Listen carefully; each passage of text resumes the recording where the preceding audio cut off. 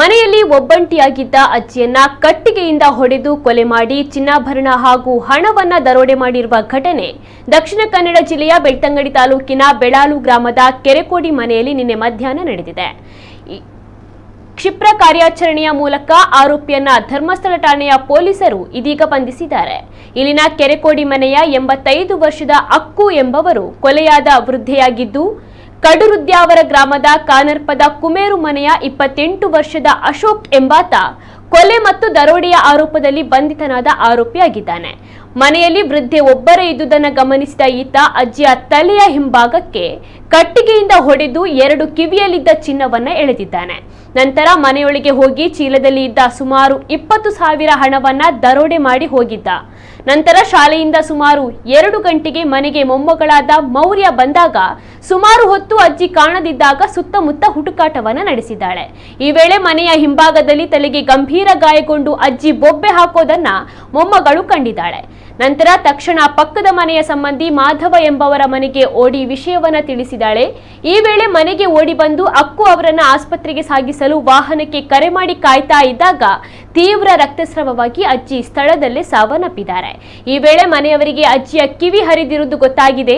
ನಂತರ ಮನೆಯನ್ನ ಪರಿಶೀಲನೆ ನಡೆಸಿದಾಗ ಚೀಲದಲ್ಲಿ ಇಟ್ಟಿದ್ದ ಹಣ ಕೂಡ ನಾಪತ್ತೆಯಾಗಿದೆ.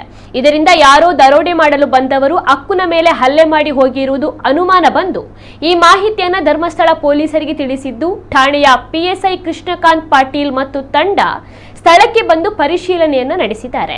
ನಂತರ Belthangady circle inspector Shivakumar, Mangaluru FSL ತಂಡದ ಡಿವೈಎಸ್ಪಿ ಗೌರೀಶ್ ತಂಡ ಬಂದು ಪರಿಶೀಲನೆ ನಡೆಸಿದ್ದು, ಪೊಲೀಸ್ ಶ್ವಾನ ಆರೋಪಿಯ ಜಾಡು ಹಿಡಿದು ಮನೆಯಿಂದ ಒಳ ರಸ್ತೆಯಲ್ಲಿ ಸುಮಾರು 700 ಮೀಟರ್ ವರೆಗೆ ಹೋಗಿ ವಾಪಸ್ ಆಗಿದೆ. ಇನ್ನು ಕೊಲೆಯಾಗಿರುವ ಅಕ್ಕುನ ಬಗ್ಗೆ ಮಾಹಿತಿ ತಿಳಿದ ಊರವರು ಸ್ಥಳಕ್ಕೆ ಬಂದು ನೋಡಿದ್ದಾರೆ. ಇದರಲ್ಲಿ ಪಕ್ಕದ ಮನೆಯ ನಿವಾಸಿ ಸುದರ್ಶನ್ ಎಂಬಾತ ತನ್ನ ಮನೆಗೆ ಟಿಲ್ಲರ್ಗೆ ಡೀಸೆಲ್ ತರಲು ಬೈಕ್ನಲ್ಲಿ ಹೋಗಿ ವಾಪಸ್ ಮನೆಗೆ ಬರುವಾಗ ಯುವಕನೊಬ್ಬ ಅಕ್ಕು ಮನೆಯಿಂದ ನಡೆದುಕೊಂಡು ಹೋಗಿರೋದನ್ನು ನೋಡಿದ್ದಾನೆ. ಈ ವಿಚಾರ ಮೃತ ವೃದ್ಧೆಯಾದ ಮಗನಿಗೆ ಮಾಹಿತಿ ನೀಡಿದ್ದು, ಈ ಬಗ್ಗೆ ಧರ್ಮಸ್ಥಳ ಪೊಲೀಸ್ ಠಾಣೆಯಲ್ಲಿ ಪ್ರಕರಣ ದಾಖಲಾಗಿದೆ.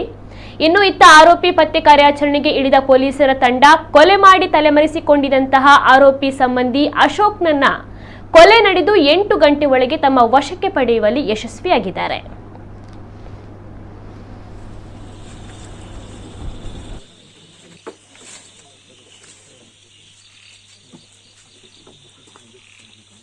ಊಟ ಮಾಡಿ ಮನೇಲಿದ್ದಂಥ ಸಮಯದಲ್ಲಿ ಅವರಿಗೊಂದು ಕಾಲ್ ಬಂತು, ಹೀಗೆ ಅಜ್ಜಿ ಬಿದ್ದಿದ್ದಾರೆ ಅಂತ.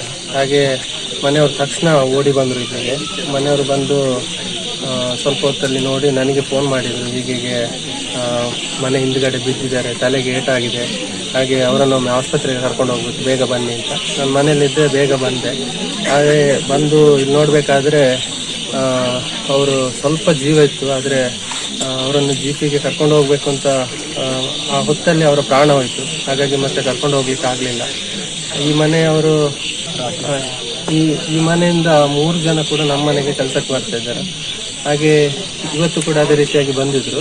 ಹಾಗೆ ಅನಂತರ ಹೀಗೆಲ್ಲ ಆದ ಮೇಲೆ ಇದು ನಮಗೆ ಮೊದಲಿಗೆ ಏನಾಗಿದ್ದು ಅಂತ ಗೊತ್ತಾಗಿರಲಿಲ್ಲ. ಅಂದರೆ ಆಕಸ್ಮಿಕವಾಗಿದ್ದ ಏನು ಅಂತ ನಮಗೆ ಅದರ ಬಗ್ಗೆ ಅನುಮಾನ ಬರ್ತಿತ್ತು. ಆದರೆ ಆಮೇಲೆ ಕಿವಿದು ಏನೋ ಬೆಂಡೇನೋ ಇರಲಿಲ್ಲ.